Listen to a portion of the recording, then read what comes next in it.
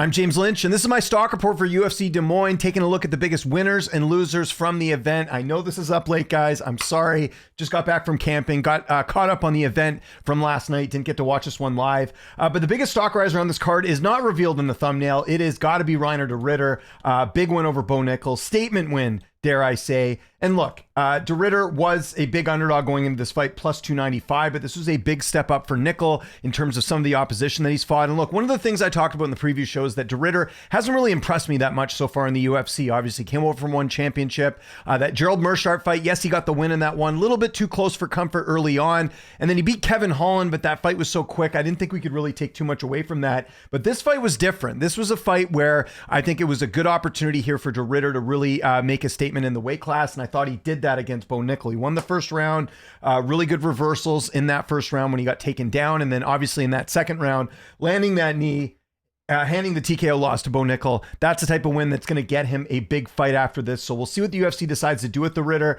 But this is the exact type of win he needs to do to get a fast track to a title shot. Now, look, things are in a bit of a logjam right now. We got the obviously Chimaev and DDP fight, which we know is going to get booked at some point. After that, there's a lot of big names out there, and I think Ritter has inserted himself in that conversation. Look, if this was the other way around and Bo Nickal did this to Ritter, we'd be talking about that fight for Bo Nickal. So I don't see why the same can't apply here for Ritter. Really good win here. Again, 34 years old. It's now or never if he's going to make any sort of run. So he's, I think if you're the UFC, you capitalize on this moment. You talk about them beating this super prospect and Bo Nickal, and you move on here. So Ritter, biggest stock riser on this card. Second biggest stock riser. I know a bit of a weird ending in this one, but Cory Sanhagen's got to be a stock riser on here, right? Main event. I know he was heavily favored. I know a lot of people will look at that going in, and that's typically something where it's like, okay, this was kind of expected to happen, minus 500, and it did end in an injury, but I think Sanhagen was looking good. And really what it boils down to is this, is I think there's an opportunity here for Sanhagen to get a title shot. Now look, so a lot of people talk post-fight about how they should do the rematch with Petr Yan. I'm totally okay with that as they sort of figure out what's going on in the bantamweight division. But I think Cory at this point, just the one loss recently to Umar, I wouldn't be upset if he got the winner of Merab and O'Malley. People have been wanting to see O'Malley and Sanhagen happen, although I don't think O'Malley's going to beat Merab. I think Merab probably wins that, but that's a fresh matchup for the champ, right? So you've already got a contender that hasn't fought neither fighter in the UFC 316 main event. I think it's totally fine with me. Again, Sanhagen not getting any younger here at 33. Wouldn't mind him getting the shot, but if the UFC, needs to beef up some events, you could also do a Sanhagen and Petr Yan fight as well. So I think either way, Sanhagen's in a very good spot. This is a good win for him, especially getting a finish. And again, I know it ended in an injury, but at the end of the day, it is a finish, and that's something that Cory Sanhagen hasn't done a whole lot, throughout his UFC career. A lot of decision wins. I know he's had a few, like obviously finished Edgar and a few of these other names here, but finished Figueroa. Very good win for him there. Cory Sanhagen in the driver's seat in the bantamweight division. Okay, third biggest stock riser on this card is a guy that I interviewed before this fight and really impressed with him. Azamat Bekov, really good win here. First round finish. You see he gets that performance of the night bonus. This guy's going to be a problem at 85. I really like what he's able to do. And again, I know he's a big favorite coming in here, but if you're a favorite and you go in there and you get a first round finish like Bekov did, very impressed with that. So I think, in my opinion, this is a guy that, sort of some new blood in the weight class and trains at a great gym in American Top Team, 29, so not even quite in the prime of his career yet. I think it's very impressive to see what he did last night and kind of see where his career is going forward. So to me, he's a big stock riser just because you're seeing a bit of a transition going on in the middleweight division. I think he's part of that. I don't think he'll get ranked after this, but I think he's a fight or two away from getting ranked if he keeps putting on big performances like this one. So Azamat Bekov, for me, big stock riser on this card. He's going to come on my number 3 spot. There's a lot of good performances on this card. Two more I'll just quickly mention here. Jillian Robertson getting the TKO finish over Marina Rodriguez. That's good. Again, I know she was favored here, but I think for Robertson, getting finishes like that, especially over someone like Rodriguez, who's been up there at the top of the heap in this division for a while, very impressive there. So Jillian Robertson's stock's going up a little bit in terms of her win streak. How about Quang Lee? I believe that was his first win in the UFC, if I'm not mistaken. Just total control in this fight, and he was a slight underdog here.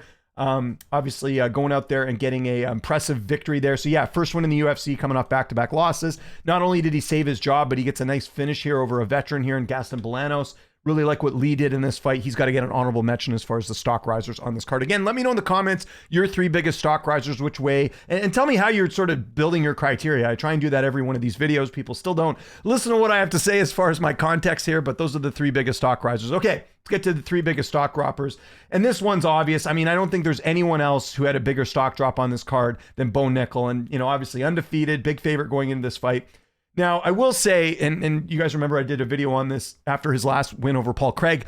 Bo Nickel didn't look that good in the Paul Craig fight. And I think this is just a continuation of that, where we're not seeing those leaps and bounds for Bo Nickel that I think some had expected at this point. So for Nickel, you know, I know there's going to be a lot of people. I've already seen it on my timeline. Fraud check, you know, the typical stuff you see when a prospect loses, as if no one should ever be promoted as the next big thing ever, because fans can't wait till they have their fall here. But, you know, yeah, it was a tough knee. I know they're saying that he quit and all this stuff.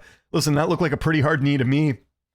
I don't know many guys who are getting up from that knee there, but yeah, for Nickel, there was, you know, had he won this fight, this was sort of the opponent I think that people thought would get him over the hump in terms of, you know, him being this contender that people were hoping for, and he didn't pass the test. Listen, this has happened before. Go back and watch from a number of years back. Go watch the Yair Rodriguez-Frankie Edgar fight. Reminds me of that a little bit, where Rodriguez, people thought he was all that, and then he fights Edgar and gets dominated. Similar thing here happened to Bo Nickel. He'll go back to the drawing board. There's plenty of prospects like this. Macy Barber, you know, you've got Raul Rosas, like all these fighters, you know, that are hyped up, they do lose. Not everyone has that perfect record. So I'll probably do a video on Nickel a little bit later, because, you know, again, I think we do have to keep the context that he hasn't been training MMA that long, but again, there were expectations put on, and he kind of ran with it as well. And listen, I don't blame you. If you're going to be asked about other opponents and talk about the division as a whole, you're not going to sit there and say that, yeah, I'm going to lose to all these guys. You're going to hype yourself up here. So I don't think Nickel did himself any favors by putting himself in that discussion of, oh, I'm one of the best in the division. But,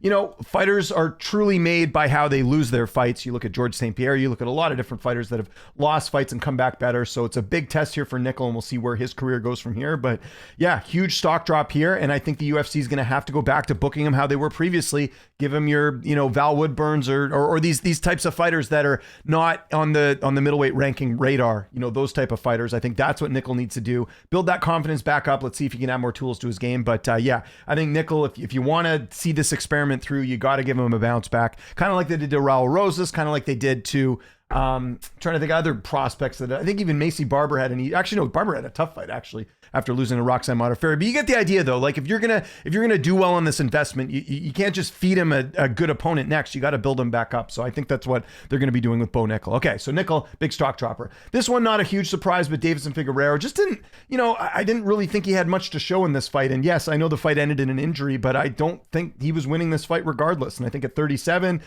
You know, losing, sort of being stopped here via injury, that's tough. That's tough to sort of see where he goes from here. I think, you know, I know we didn't have a ton of cage time here for Figueroa, but I think it's pretty obvious he's not a contender at 35. I think he's just sort of a middle of the pack guy. Like maybe he beats a Rob Font or an Eamon Zahabi or someone like that, or maybe he doesn't. I don't know. But I think for Figueroa, I think he's too old to move back down to 125. And I think right now at 135, he's just not a contender. And I think this fight showed that. Listen, he was a huge underdog going into the fight. Didn't agree with that. I think the fight should have been a little bit more competitive. But if he is a contender, you got to look a little bit better than you did last night. So Figueroa, big stock dropper, just in terms of his age and where he goes from here.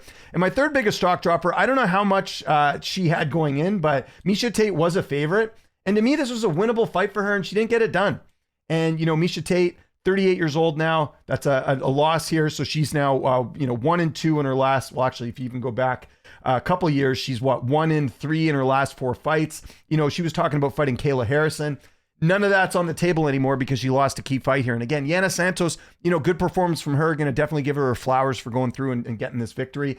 Much better striking, but I thought Tate looked slow. Her striking wasn't very good. Wasn't able to get the takedowns, I'm sure, like she wanted. So Misha Tate, like, where do you go from here at this point? I think if you're the UFC and she still wants to fight, you build up other fighters over her, younger fighters. I think that's the best move here for Misha Tate, and sort of see what happens going from there. Honorable mention, stock dropper. I don't know how much he had going in, but Gaston Bolanos was a favorite in this fight. He did not look good here. Credit to Lee, who just, like I said, in my opinion, dominated this fight. And he's now lost 2 of his last 3, just the one win over a guy who just got released recently. I don't think even Aaron Phillips is in the UFC anymore. So where does Bolanos go here at 32? No idea, but that was a tough loss for him last night on the card, and we'll have to sort of see where he goes from here. So as usual, I want you to give me your top 3 stock risers, top 3 stock droppers. Let me know in the comments which way you're going on this one. Follow me on Twitter, TikTok, Instagram, at Lynch on Sports. My name is James Lynch. This is a stock report. I do this after every event that the UFC does on the weekends, usually on Sundays a lot earlier. But like I said, I was a little bit late getting this one up. Appreciate you guys watching. I'll talk to you guys tomorrow on the UFC 315 preview show. Take care.